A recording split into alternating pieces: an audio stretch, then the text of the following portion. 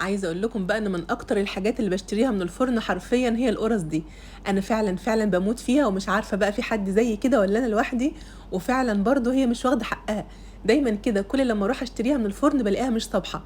تعالوا اقول لكم بقى ازاي نعمل مع بعض النهارده قرص النشادر او البرازق المصري بطريقه سهله جدا وبسيطه ومكونات بسيطه جدا. في بوله كده او طبق هنحط فيه كوبايه ميه عاديه خالص من الحنفيه، وانا مستخدمه المج بتاع الشاي اللي موجود عندنا في كل بيت.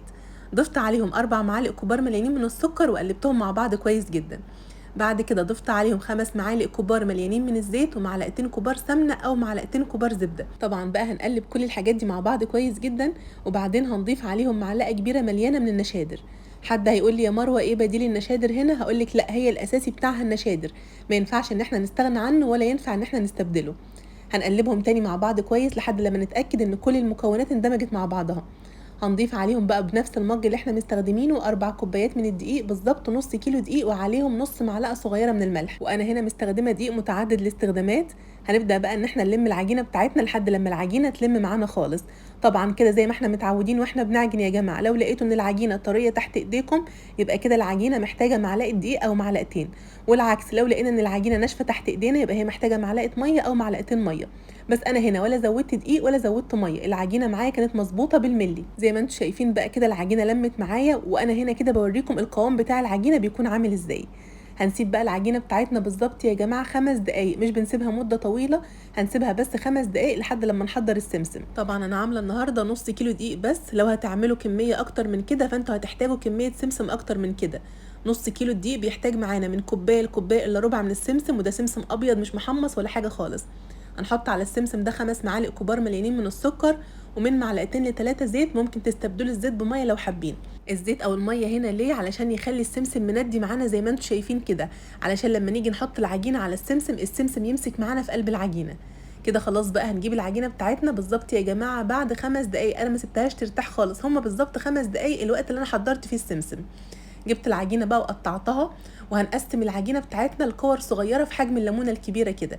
طبعا الحجم براحتكم، يعني لو حابين توزنوها اعملوا الكوره حوالي 40 جرام. ممكن طبعا نكبر الحجم شويه او نصغره براحتنا جدا. انا بالظبط عملت معايا 20 كوره بالحجم اللي انتوا شايفينه ده.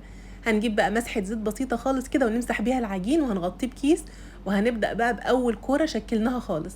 زي ما انتم شايفين بقى قدامكم كده، جبت اول كوره انا شكلتها خالص وحطيتها في قلب السمسم، ونبدا بقى ان احنا نفردها بايدينا او بالنشابه. هي العجينه سهله خالص في الفرد، وانتوا بتفردوها كده. لو حسيتوا ان العجينه السمسم اللي على الوش مش كفايه، خدوا رشه من السمسم وحطوها على الوش وارجعوا كملوا فرد تاني. انا هنا كده بحاول اوريكم السمك بتاع العجينه بيكون قد ايه، لان العجينه دي بتكون رقيقه خالص زي ما انتوا عارفين بقى كده ان هي محطوط فيها نشادر، ولما تدخل الفرن هترفع معانا شويه. هنكون بقى مجهزين عندنا صواني الومنيوم مدهونه دهنه بسيطه خالص من الزيت، وهناخد بقى القرص بتاعتنا نحطها في قلب الصينيه ونظبط الشكل بتاعها. هنا كده كنت بعمل معاكم واحده كمان علشان اوريكم السمك بتاع العجينه بيكون قد ايه. وطبعا اول لما بنخلص اول صاج بندخله الفرن على طول لحد لما نشكل الصاج التاني، مش بنسيبها وقت تتخمر ولا اي حاجه خالص. الصاج اللي احنا بنخلصه بندخله الفرن على طول. طيب يا مروه القرص دي بتتسوى ازاي في الفرن؟ طبعا بندخلها في الرف اللي في النص على حراره 170، بتاخد معانا في الفرن بالظبط من 15 ل 20 دقيقه. اول لما تلاقوا ان الارضيه بتاعتها بدات تاخد لون ذهبي حلو كده، هنشغل الشوايه. والشوايه يا جماعه تكون على الهادي خالص، لان القرص دي بتاخد لون بسرعه جدا، يعني فجاه كده لو انتم ما اخدتوش بالكم منها هتلاقوها اتحرقت في ثانيه. اهم حاجه ان انتوا تاخدوا بالكم منها. وطبعا درجه اللون والتسويه دي براحتكم جدا، تقدروا تطلعوها افتح من كده شويه او اغمق من كده شويه. طبعا القرصه اللي بتاخد لون اغمق من كده شويه بتكون محرمشه اكتر كده ومقرمشه اكتر، وبصراحه انا بموت فيها وهي مقرمشه اكتر كده. فطبعا درجه اللون والتسويه براحتكم جدا، تقدروا تطلعوها افتح من كده شويه. ما شاء الله كل الكميه اللي انتم شايفينها قدامكم دي اتعملت بنص كيلو بس من الدقيق.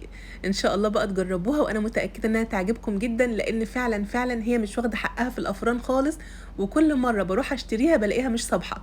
ان شاء الله بقى تجربوها في البيت بالطريقه بتاعتي وهتعجبكم وهتعجب كل البيت. وبس كده خلاص خلصنا، والفيديو بتاعنا النهارده خلص. يا رب الفيديو يكون عجبكم، وكالعاده وزي كل يوم هقول لكم ما تنسوش يا جماعه لو الفيديو بتاع النهارده عجبكم تعملوا ايه؟ تعملوا لايك وشير للفيديو. وبالف هنا مقدما، واشوفكم على خير بقى في الفيديو اللي جاي. مع السلامه.